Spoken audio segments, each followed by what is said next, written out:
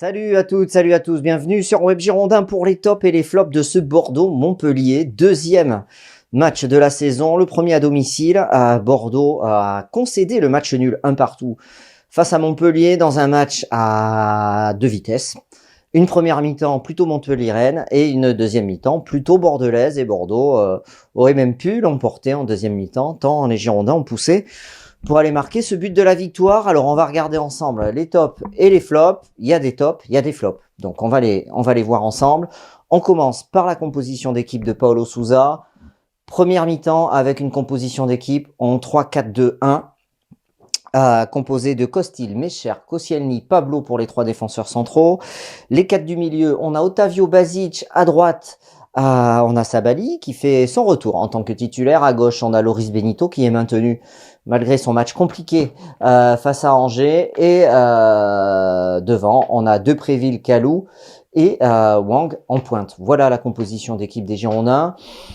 Pour la débriefer, moi ce que j'ai dit, ce que j'en pense. Basic, je suis surpris de le revoir. Je pensais que même s'il n'avait pas fait un bon match face à Angers, Aurélien Tchouaméni aurait été aligné aux côtés d'Otavio, puisque on avait vu une complémentarité entre les deux joueurs.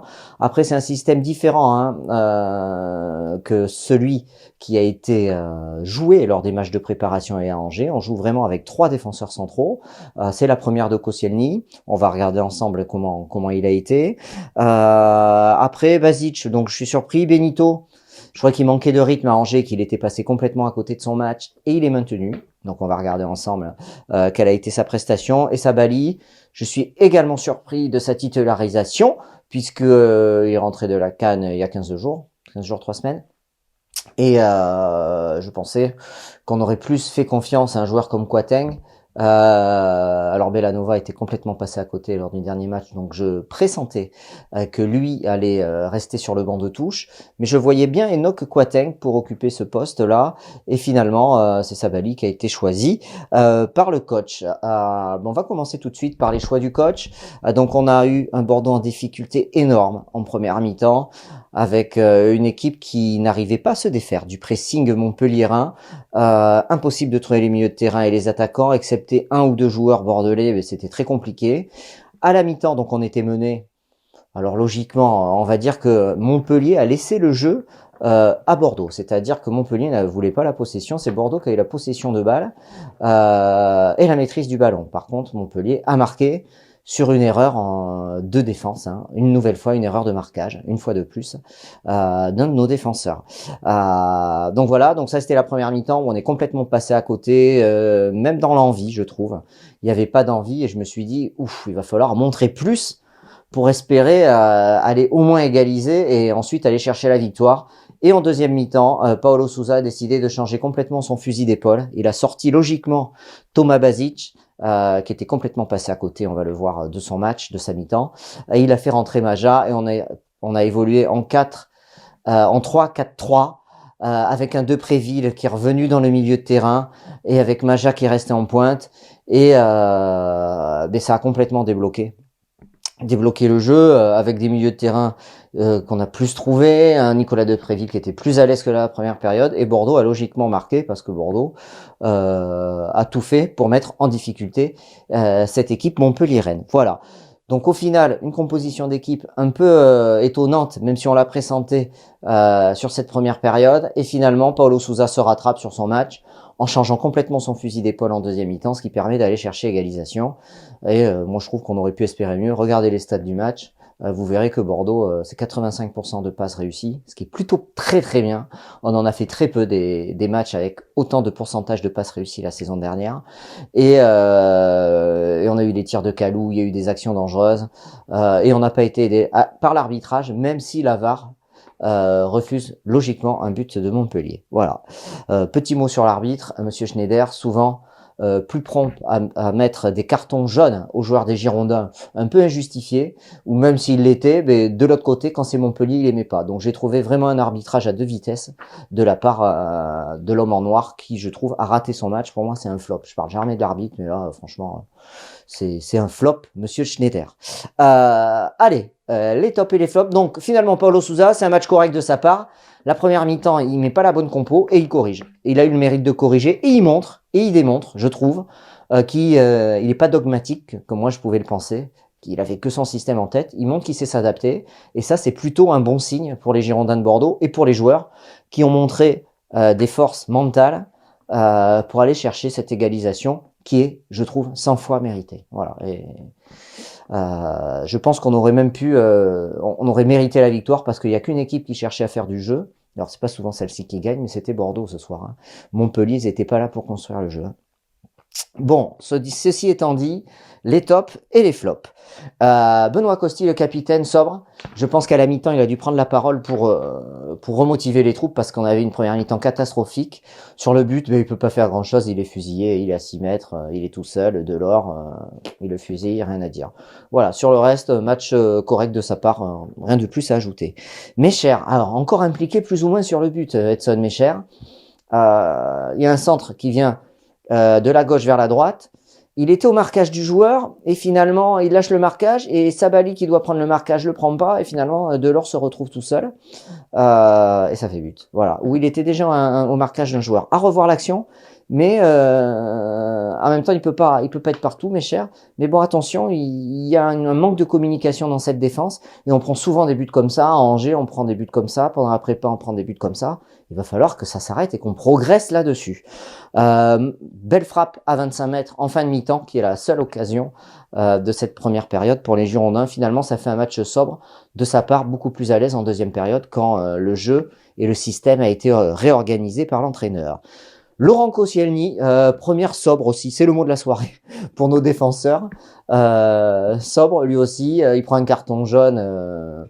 Franchement, il a dégainé hyper rapidement le carton jaune.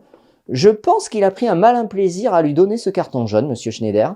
Il devait attendre que ça, a priori, puisque sur les occasions similaires de Montpellier, il n'y a rien eu. Donc voilà. Voilà. Bon. Voilà. Sinon, pour le match de Koscielny, il a l'air bien physiquement. On avait peut-être le sentiment à un moment donné qu'il piochait en deuxième, mais le joueur est là et il est bien là, hein, donc ça fait plaisir. Pablo, je l'ai mis dans les tops. Pablo, petit top pour Pablo, parce que je retrouve le Pablo conquérant qui est mieux quand il joue sur ce côté gauche de la défense. Il est beaucoup plus à l'aise, que ce soit dans la relance. Il était bien dans le duel. Il faut qu'il monte en puissance. Je pense que ça va arriver. Je trouve qu'on a vu un bon Pablo ce soir, donc c'est petit top pour lui. Youssouf Sabaly, alors fautif sur le but. Alors c'est à mon avis, c'est plus lui qui doit être au marquage. Dites-moi ce que vous en pensez dans les commentaires de la vidéo sur ce but qui doit être au marquage de Delors. Il l'oublie complètement. D'ailleurs, quand il voit qu'il va avoir le ballon, il court, mais c'est trop tard. C'est dommage parce que ça gâche complètement son match. Et s'il est au marquage, peut-être que ça fait pas but et peut-être qu'on peut revenir à la fin du match avec une victoire. Mais bon, avec des si, on peut réinventer ce match. C'est pas le cas. Il fait une belle deuxième période. Youssouf Sabaly, toujours très utile dans le jeu offensif et le replacement défensif, c'est quand même beaucoup d'expérience et beaucoup de savoir-faire et on voit la différence avec nos jeunes joueurs. Donc c'est plutôt un match correct de sa part. C'est dommage, il aurait pu être dans les tops s'il n'avait pas fait cette erreur de marquage.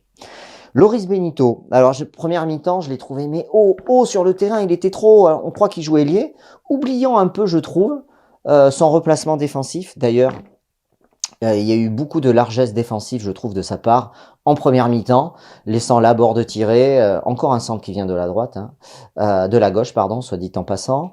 Beaucoup de largesse défensive et joue trop haut en première mi-temps. En deuxième période, il était un peu mieux avec cette réorganisation. Je trouve que physiquement, à la 49e, j'ai noté, il pioche physiquement, quoi. Voilà, il piochait physiquement déjà, donc bon, à voir. Faut qu'il monte en puissance assez rapidement pour que face à Dijon, il fasse un match plein, au moins pendant 1 heure à 1h15. Hein. C'est ce qu'on attend. Voilà, donc match moyen au final. Otavio, j'ai noté pas aidé par Thomas Basic en première période. Otavio, un peu seul dans le terrain. Très peu de risques de la part de l'équipe bordelaise dans les passes et les transmissions en première période. Ils avaient l'air un peu tétanisés, les Bordelais. Otavio, c'était pas le cas. C'était un des rares à tenter des passes, à jouer rapidement en première intention et à orienter le jeu. Beaucoup mieux en deuxième période. Finalement, ça fait un bon match de la part du Brésilien. Match sobre, lui aussi, mais un bon match. Pas dans les tops, mais il a été plutôt bon. Thomas Basic, c'est le flop pour moi de cette rencontre. Je vais vous expliquer pourquoi. Je trouve que en termes de placement, il est souvent trop loin de ses adversaires. Et quand tu es milieu de terrain, tu peux pas avoir 2 mètres de retard. Parce que si tu as 2 mètres de retard, dès qu'il reçoit le ballon, tu peux pas être au pressing et tenter l'interception ou mettre sous pression pour l'empêcher de jouer. Et Thomas Basic, il était toujours en retard, je trouve, que ce soit dans le pressing, dans les interventions défensives. Et il a fait des erreurs techniques de transmission et des pertes de balles également. C'est une mi-temps à oublier pour le Croate qui, je trouve, a du mal à confirmer tous les espoirs qu'on avait pu entrevoir la saison dernière par moment. Voilà, donc il va falloir qu'il élève son niveau de jeu parce que là il y a trop de négatifs et il est logiquement sorti à la mi-temps. Kalou, top, Samuel Kalou, un des rares Bordelais à être tranchant, à provoquer, même en première période. Il est capable sur les premiers appuis, de se retourner et d'aller vite vers l'avant. Il tire au but, il touche un montant, il touche un poteau. Peut-être qu'il pourrait gagner à être un peu plus altruiste, mais il est monté en puissance dans la qualité de son jeu par rapport au match face à Angers, c'est indéniable. Titulaire indiscutable. Alors c'est vrai qu'il est en concurrence avec Benraou, mais bon, on l'a vu beaucoup permuter, beaucoup bouger dans l'axe, sur le côté gauche, sur le côté droit, et c'est un très bon Samuel Kalou. Voilà, il était partout. Nicolas Depréville, alors absent de cette première mi-temps, Nicolas Depréville, ce changement de système aussi a perturbé son positionnement et le fait qu'il puisse être un électron libre entre le milieu et l'attaque, dans le milieu de terrain, et il savait pas où se placer, et les Montpelliérains l'ont bien bloqué. La deuxième mi-temps a été beaucoup mieux pour lui, puisqu'il a joué plus bas, ce qui lui permettait d'avoir de meilleurs ballons, et d'être plus tranchant, et de partir et de percuter et de partir lancer et de lancer aussi les attaques bordelaises. Donc j'ai trouvé une meilleure deuxième mi-temps de sa part.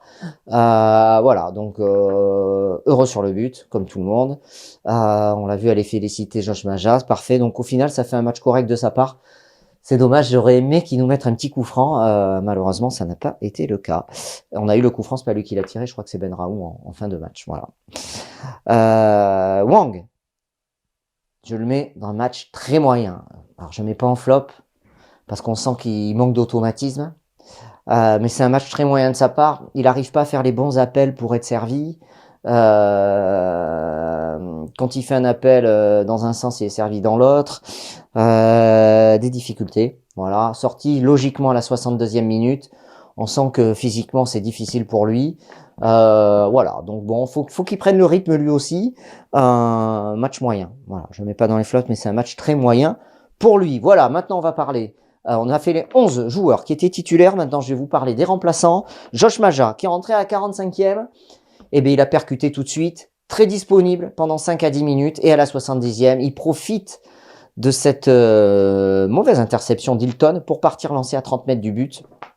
Moi, je me suis dit, il va se faire reprendre. Eh bien non, il a résisté. Il a résisté avec sa conduite de balle au retour des 2 défenseurs, à la sortie du gardien, pour marquer avec sang-froid. C'est un très beau but. Top. Je ne peux que le mettre dans les tops pour ce but hyper important pour Bordeaux et qui permet de prendre un point précieux et d'entamer notre saison et d'ouvrir le compteur points. Voilà, il aurait même pu être servi une deuxième fois. Il a été servi, il gagne son duel face à Elton et non, Monsieur Schneider siffle faute. D'ailleurs, on n'a pas revu le ralenti sur cette faute-là. Voilà, faute un peu imaginaire. Beaucoup de décisions arbitrales. Je parle rarement de l'arbitre, mais là, franchement, j'ai pas compris, et notamment alors que la deuxième fois il part au but, il peut peut-être faire le doublé, mais là l'arbitre siffle. Mais bon, l'arbitre peut-être que ça le dérangeait que Elton se fasse passer 2 fois. Voilà. En tout cas, au top. Josh Maja, rien à dire, bravo. Belle entrée de Yacine Benraou à la 62e, vif, rapide, dribbleur, il tente, il a pas peur, c'est ça qu'il faut. Impeccable, qui change rien, c'est un top. Et Jimmy Briand à la 85e, pardon, qui est rentré sur le terrain, mais bon, il a pas beaucoup joué, donc je parlerai pas de son entrée. Il a aidé sur le jeu défensif quand même, c'est vrai qu'on peut le noter. Voilà, merci beaucoup de suivre ces top flops. Donnez-moi vos tops et vos flops vous aussi dans les commentaires sur Web Girondin. Et je vous donne rendez-vous, c'est pour le talk lundi en débrief en direct. Talk Web Girondin sur webgirondin.com en débrief en direct avec les chroniqueurs et spécialistes et journalistes de ce match. Et on parlera du mercato certainement et ce milieu de terrain qu'on attend. Club Mercato dans la semaine et on se projettera sur le match face à Dijon. En tout cas, merci. Allez Bordeaux, la saison est lancée. La prochaine, c'est une victoire. On le souhaite tous. Allez, à bientôt.